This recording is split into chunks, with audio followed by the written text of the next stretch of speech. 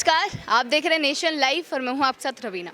अभी हम हंसराज कॉलेज दिल्ली में खड़े हैं। चूँकि अभी तुलसीदास जयंती थी, उसी महोत्सव पर हंसराज कॉलेज ने 3 दिन का एक उत्सव आयोजित किया था। आज उस उत्सव का समापन था। एक काफ़ी अच्छे नाटक से इन्होंने एक समापन किया। तो यहाँ पर जो चीफ गेस्ट मौजूद है हमारी रीवा सूद मैम, उनसे बातचीत करते हैं कि जो तुलसीदास जी का जीवन है कैसे उन्हें प्रेरित करता है और कैसे जो आज की जनरेशन है वो अपनी लाइफ में तुलसीदास जी को एक इंस्पिरेशन के तौर पर देख सकती है। नमस्कार मैम। नमस्कार। आई थिंक जो ये 3 दिन का जो प्रोग्राम किया गया ये बहुत ही अच्छा मैसेज है हमारे स्टूडेंट्स के लिए, क्योंकि यदि हम माइथोलॉजी की बात करें या अपने इतिहास की बात करें तो बहुत बड़ा गैप है। स्टूडेंट्स को उसमें शायद इतना मालूम नहीं पड़ता, लेकिन जो जिस तरह से लाइव प्रेजेंट किया गया और बहुत ही अच्छा ये प्रयास था।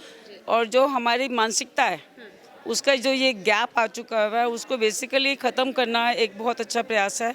और हम आज की ज़िंदगी में जो जीते हैं तो बात तो वही है, रत्नावली, जेंडर, महिला, पुरुष एंड फैमिली रिलेशन। तो उसको इन्होंने इतनी सुंदर तरह से, हमारे जो यूथ हैं, हमारे जो स्टूडेंट्स हैं, उन्होंने इसको इतनी अच्छी तरह से प्रस्तुत किया और मैसेज इतना क्लियर था कि बहुत सुंदर था। और अंत में तो मैं यही बोलूँगी कि हम जेंडर इक्वालिटी की बात करते हैं, इक्विटी की बात करते हैं, उसमें एक शब्द हम भूल जाते हैं, प्रेम, लव, अफेक्शन, रिस्पॉन्सिबिलिटी। वो बच्चों ने बहुत अच्छी तरह से उसको एक तरह से एक्ट किया है और सभी बधाई के पात्र हैं, खासतौर से हंसराज कॉलेज जिन्होंने प्रयास किया है। ये पूरा का सारा जो इसका नाटक का जो रंगमंच का जो वो था, प्रयास ही नहीं था, बहुत सुंदर उन्होंने उदाहरण भी प्रस्तुत किया है, तो सभी बधाई के पात्र हैं। बिल्कुल मैम। तो मैम यस मैम, मैं तो यही कहूँगी कि ऐसे कार्यक्रम होते रहने चाहिए। वही हमारा सवाल यही था मैम कि ऐसे जो कार्यक्रम हैं, क्योंकि अभी हम कोविड की सिचुएशन से उभर कर आए हैं, गैदरिंग्स दोबारा से शुरू होने लगी हैं, एक्टिविटीज़ बंद हो गई थी, कोई कार्यक्रम नहीं हो रहा था, तो कितने फ्रिक्वेंटली अब ये ज़रूरी है ऐसे कॉलेजेस में बच्चों के लिए ऐसे कार्यक्रम का आयोजन? मुझे लगता है यदि हम अपनी संस्कृति की बात करें, अपने भारतीय संस्कृति की बात करें, जो कि आज का समाज भूलता जा रहा है, फिलॉसफी की बात करते हैं तो शायद वो वेस्टर्न वर्ल्ड की ज़्यादा उदाहरण देते हैं। तो वाई नॉट हम अपनी इंडियन फिलॉसफी को दोबारा से लाइव करें, एक्ट करें, बच्चों में उसका मैसेज पहुंचाएं और इस तरह के छोटे छोटे जो रंगे मंच हैं उसके माध्यम से करें, क्योंकि बहुत लाइव होता है, मैसेज बहुत क्लियर होता है। और जो इसको करता है, जो एक्टर करता है, वो अपने आप में कंप्लीट इसको एक तरह से अंडरस्टैंड करता है, उसकी बात करता है। और जो ऑडियंस होते हैं जब उसको अच्छी तरह से देखते हैं तो वो भी एक मैसेज लेके जाते हैं। तो मुझे लगता है बहुत ज़रूरत है हम अपने भारतीय कल्चर को, अपनी सभ्यता को दोबारा से इस तरह से रिवाइव करें, लाइव करें। और हमारा जो भी सहयोग होगा, एक समाज में काम करते हैं हम लोग, काफ़ी सारा काम करते हैं, तो कहीं पे भी जहाँ लगेगा कि हमको इसकी ज़रूरत है किसी भी तरह का सहयोग करने की, तो हमें भी, हमारे जैसे लोगों को, मैं ही नहीं और लोगों को भी, यूथ को इस तरह से प्रमोट भी करना चाहिए, एनकरेज भी करना चाहिए और सपोर्ट भी करना चाहिए। तो 3 दिन का ये कार्यक्रम था, 3 दिन ये महोत्सव चला है तुलसीदास जी की जयंती पर। अगर हम इसके कंक्लूजन की बात करें, एक सारांश की बात करें, तो वो क्या होगा हमारे बच्चों के लिए, ऑडियंस के लिए? यही है कि ऐसे कार्यक्रम जो हैं, जो हो रहे हैं, होते रहें। कॉलेज का जो अथॉरिटी है वो ऐसे कार्यक्रम को इनकरेज करे और लोगों तक पहुंचाए, क्योंकि लोगों तक बहुत दूर तक इसकी ज़रूरत है पहुंचाने की, जो काफ़ी गैप आ चुका हुआ है। तो उस गैप को हम ऐसे कम कर सकते हैं कि फ्रीक्वेंसी को बढ़ाएं। इतने सारे कॉलेजेस हैं, इतने सारे स्टेज हैं, इतना सारा यूथ है और यूथ को भी बहुत ज़रूरत है ऐसे सूदिंग इफ़ेक्ट्स कार्यक्रम की, क्योंकि हम अभी तक जो भी प्रोग्राम करते हैं बहुत सारे एग्रेसिव होते हैं, जिसमें वायलेशन होता है या स्लैंग्स होते हैं। ये बहुत स्वीट था, बहुत ही स्वीट था, बहुत सूदिंग था और जो भी था वो सच्चाई से जुड़ा हुआ था, तथ्य से जुड़ा हुआ था। नॉर्मली आज का यूथ बोल देता है मिथ है, परिवार तो मिथ नहीं है, रिलेशन तो मिथ नहीं है, हस्बैंड वाइफ का रिलेशन तो मिथ नहीं है, ईश्वरीय भक्ति के साथ में परिवार को जोड़ना मिथ नहीं है।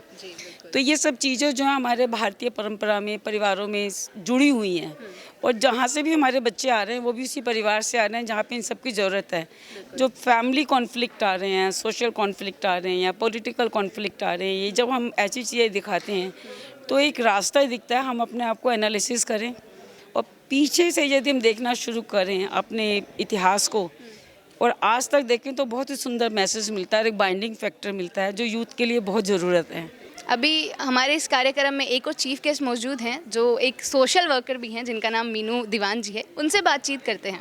नमस्कार मैम। नमस्कार। तो मैम हम शुरुआती क्वेश्चन सोशल लाइफ या सोशल इश्यूज से पूछना चाहेंगे, क्योंकि आज की जो जनरेशन है एक ह्यूमैनिटी की तरफ से दूर होती जा रही है, जितना हम देख सकते हैं रिसर्च में सामने आती है। तो ऐसे कार्यक्रम, ऐसे जो नाटक हैं, ऐसे जो हम जयंती सेलिब्रेट करते हैं, वो कितने इंपॉर्टेंट हो जाते हैं इस जनरेशन को एक डायरेक्शन दिखाने के लिए? मेरे हिसाब से ऐसे नाटक अक्सर करने चाहिए और सिर्फ कॉलेजेस तक नहीं, नुक्कड़ नाटकों तक भी इनको बढ़ाया जाना चाहिए, क्योंकि कॉलेज तक लोग सीमित रह जाते हैं, मगर अगर नुक्कड़ नाटकों में अगर हम इनको कन्वर्ट कर दें तो बहुत सारे इसकी रीच बढ़ जाती है। और कई लोग ऐसे हैं जो शायद पढ़ लिखने से वंचित रह गए हैं, तो ऐसे लोगों के बीच में भी हमारी सोच जाती है और हमारे जो ट्रेडिशनल वैल्यूज़ हैं, कल्चर है, वो उनके बीच तक एक बारी फिर उनको झंझोड़ देता है, उनको फिर याद दिला देता है कि ये कितना ज़रूरी है हमारे लिए। अगर हम, क्योंकि हम तुलसीदास जयंती सेलिब्रेट करें, तो उनके बारे में मैम बात करना चाहेंगे कि कौन से उनके दोहे या कौन सी उनकी ऐसी रचनाएं हैं जिन्होंने आपको प्रेरित किया है अपनी लाइफ में अच्छा करने के लिए? देखिए, तुलसीदास जी के दोहे और रचना जो प्रेरित करते हैं वो तो करते ही हैं, मगर उससे ज़्यादा मुझे ना एक उनकी वो कहानी जो अभी हमें दर्शाई गई थी, जिसमें कहा था कि वो अपने बीवी के प्रेम में इतने पागल थे कि रात में शायद वो बरसात में भी सांप को पकड़ के, ये हमने सबने शायद कहानी अपने स्कूल में पढ़ी हुई है, ठीक है। तो मुझे वो चीज़ बहुत अच्छी लगती है कि देखिए, जब हमारा मन एकाग्र हम कर लेते हैं, तो उस मन को जब एकाग्र कर लेते हैं और एक जगह पे फोकस कर लेते हैं, तो हमें ना इधर दिखाई देते ना उधर दिखाई देते, किसी चीज़ की हमें कोई चीज़ की हमारे दिमाग में टेंशन नहीं होती और हम अपने लक्ष्य तक पहुँचते हैं। तो मैं आपके माध्यम से बच्चों को और सभी को इसी बात के लिए प्रेरित करना चाहूँगी कि अपने लक्ष्य पे फोकस करो, आप भटको मत, आप अपना लक्ष्य थामो और उस तक आप पहुंचोगे, हर हाल में पहुंचोगे। तो जो ये समापन दिवस जो था तुलसीदास जयंती का, इस दिन पर एक नाटक किया गया हंसराज कॉलेज के द्वारा। आप ये पोस्टर देख सकते हैं, रुको रत्नावली के नाम से। तो जो इनके निर्देशक हैं कपिल कुमार जी, वो हमारे साथ मौजूद हैं। उनसे बातचीत करते हैं कि ये जो नाटक है इनको दर्शाना और ऑडियंस तक अपने हम जो सोच रहे हैं, जो विचार है, वो पहुँचाना आज की जनरेशन के लिए कितना मुश्किल हो गया है। नमस्कार सर। नमस्कार। सबसे पहले तो आप लोगों का धन्यवाद कि आप लोग कवर करने आए। देखिए, ऐसी बात है, आजकल का जो सिनेमा का दौर है उसमें नाटक करना और कराना दोनों ही बहुत मुश्किल काम है। बावजूद इसके, चूँकि ये कैंपस का माहौल है, एक एटमॉस्फेयर ऐसा बनता है, और ये बहुत ही चुनिंदा और बहुत ही उत्कृष्ट स्तर की कहानी थी रुको रत्नावली, जो तुलसीदास के जीवन के उस पक्ष को दिखाती है जो एक फैंटेसी मात्र है, पर अगर वो वाकई में होता तो तुलसीदास जी का जीवन जो है वो थोड़ा अलग होता। तो वो आदरणीय डॉक्टर महेंद्र प्रजापति सर ने लिखी है कहानी, तो उसी को आज हमने फर्स्ट टाइम स्टेज पे लेकर आए, हम लोग उसको हमने प्रेजेंट किया है। तो और ऑडियंस जो थी, पूरा ऑडी भरा हुआ था। हम लोगों को बाद में नीचे लोगों को बैठाना पड़ा और कुछ लोगों को हमें मजबूरन वापस भेजना पड़ा। तो इससे आप अनुमान लगा सकते हैं कि आज भी थिएटर को लोग पसंद करते हैं, प्रेम करते हैं। सर, हम इवेंट की बात करना चाहेंगे, क्योंकि 3 दिन से ये इवेंट चल रहा था और आज इसका 3rd डे पे इसका कंक्लूड हुआ है। तो कैसा रहा इवेंट ऑल ओवर अगर हम बात करें? देखिए, 3 दिनों का कार्यक्रम था पूरा। पिछले 2 दिनों में 2 सत्रों में अलग अलग कार्यक्रम हुए हैं, तो कुल मिला के 4 सत्र, 4 सेशन में ये कार्यक्रम अलग अलग विभाजित हुआ था। तो उसमें तमाम दिल्ली विश्वविद्यालय के अलावा JNU के, उसके बाहर के इग्नू के और दिल्ली से बाहर के भी तमाम विश्वविद्यालयों के वक्ता हमारे साथ जुड़े थे, प्रोफेसर्स हमारे साथ आए थे। तो उन्होंने तुलसीदास के जो विभिन्न पक्ष हैं उनके जीवन के, साहित्य और उनके जीवन के पक्षों पर, दोनों पर बहुत ही अच्छी चर्चा यहाँ पर रही। बहुत ही सार्थक कार्यक्रम रहा 2 दिनों का, और उसमें भी बहुत अच्छी खासी भीड़ थी। तो उससे हम अंदाज़ा लगा सकते हैं कि ये एक अच्छे स्तर का, और चूँकि ये हंसराज कॉलेज का अमृत महोत्सव मनाया जा रहा है, आपको पता ही है, तो कार्यक्रमों की एक पूरी श्रृंखला यहाँ है। अभी तो केवल आगाज़ ही हुआ है, देखिए अब आगे क्या होता है। तो सर, जो ये एक कार्यक्रम था, जो आपने ये नाट्य प्रस्तुत किया है, उनके एक लाइफ का, आप बोल रहे कि फैंटेसी मात्र है, उनका एक मतलब हम जानते नहीं है कि असलियत है या क्या है। तो ऐसी चीज़ें अगर आप बात करें तुलसीदास जी के जीवन की, क्या आपको प्रेरित करते हैं उनके लाइफ के बारे में? क्योंकि आपने एक नाटक प्रस्तुत किया तो आपको पता होगा उनके लाइफ। देखिए, ऐसी बात है, तुलसीदास अपने आप में बहुत बड़े कवि लेखक हुए हैं हिंदी साहित्य के, वो हम सभी जानते हैं। पर चूँकि फैंटेसी है, उसमें हम थोड़ा बहुत छूट इस तरीके की ले सकते हैं। पर क्योंकि एक बहुत बड़े साहित्यकार की कहानी, उनकी जीवनी को हम उठा रहे हैं, तो कहीं ना कहीं एक गरिमा रहती है और एक सीमा के अंतर्गत हमें फैंटेसी के अंतर भी दिखाना होता है। तो उन सभी चीज़ों का ध्यान रखकर हमें एक अलग पक्ष उनका दिखाना था कि अगर ऐसा होता तो क्या होता। और इसमें कुछ एक चीज़ें सच हैं, जैसे रत्नावली का जो पक्ष है वो सच है, उनका पुत्र जो था तारापति वो सच है, और धिक्कारा था रत्नावली ने, वो लिखित है अस्थि चर्मम देह में वो जो पूरा चला था वो लिखित है, तो कुछ प्रमाणिक चीज़ें भी उसमें थी, पर उसको एक पूरा से हमने उसको बनाने के लिए इस फैंटेसी का निर्माण जो है महेंद्र सर ने किया था, तो उसी को हमने एग्जीक्यूट करने का कोशिश किया आज। तो अभी जो नाट्य इन्होंने प्रस्तुत किया था उनके निर्देशक और लेखक से हम बात कर चुके हैं। अभी जिन्होंने देखा है, जिनसे, क्योंकि हम एक सक्सेसफुल नाटक तभी मान सकते हैं जब उनके दर्शक खुश हों और दर्शकों को मज़ा आया हो, तो उनसे बातचीत करते हैं कि कैसा लगा उनको। हाय जी नमस्ते। मुझे ये इस नाटक की प्रस्तुति, चाहे मंच की व्यवस्था हो, प्रकाश व्यवस्था हो, हर एक तरीके से, पूरी तरीके से सभी ने कोशिश की कि इस नाटक को बेहतर तरीके से मंचित किया जाए। तो कुल मिला के मैं ये देखूँ तो हर व्यवस्था, चाहे वो सूत्रधार की हो या नेपथ्य में, तो हर तरीके से सभी ने बहुत ही अच्छा प्रदर्शित किया। और इस नाटक की जो रूपरेखा और इसकी कहानी जो सर ने लिखी थी, और मैं सर की कल्पना की मैं बहुत तारीफ़ करना चाहूँगा महेंद्र सर की, कि ऐसी कल्पना शायद ही कोई कर पाए। मतलब तुलसीदास के जीवन पर जिसे कभी ने सोचा नहीं होगा कि ऐसी घटना हो सकती है कि 40 वर्ष के बाद जिस रत्नावली ने तुलसीदास जी को दुत्कार करके उन्हें ये कहकर जान दिया कि आप जो है प्रभु से प्रीत कीजिए, भगवान राम से, तो वो तुलसीदास रत्नावली से 40 वर्षों के बाद, ये महज संयोग नहीं, ये कल्पना बहुत अच्छी, और शायद ये सत्य भी हो। तो सर, जो वो समझाना चाहते थे, अगर हम लेखक की बात करें, वो जो अपने ऑडियंस को, अपने दर्शकों तक जो बात पहुंचाना चाहते थे, क्या आपको लगता है कि वो पहुंच पाई है? जी बिल्कुल, मुझे लगता है कि ये बात पूरी तरीके से पहुंची।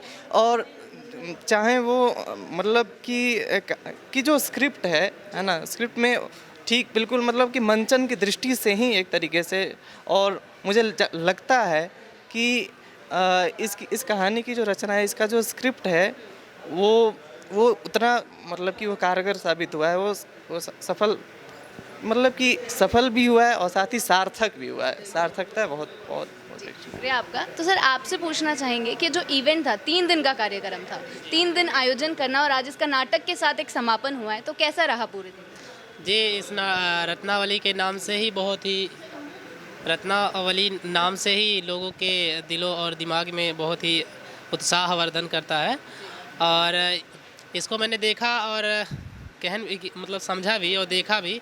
बहुत ही लोगों ने उत्कृष्ट प्रदर्शन किया और अपना जो भी अच्छा देना था वो बहुत अच्छा ही बेस्ट दिया, और बहुत अच्छा लगा मुझे, बहुत अच्छा देखने का, और बहुत शुभ अवसर मिला, क्योंकि अभी तक ये रत्नावली जैसे नाटक को और प्रस्तुतिकरण जितने लोग ने किया है, मैंने कभी देखा भी नहीं और सौभाग्य नहीं प्राप्त हुआ। लेकिन मैं ऐसे गांव से बिलोंग करता हूं जहां यहाँ आने के बाद मैं ऐसे अवसरों को पाने का एक मुझे अवसर प्राप्त हुआ और बहुत ही अच्छा लगा।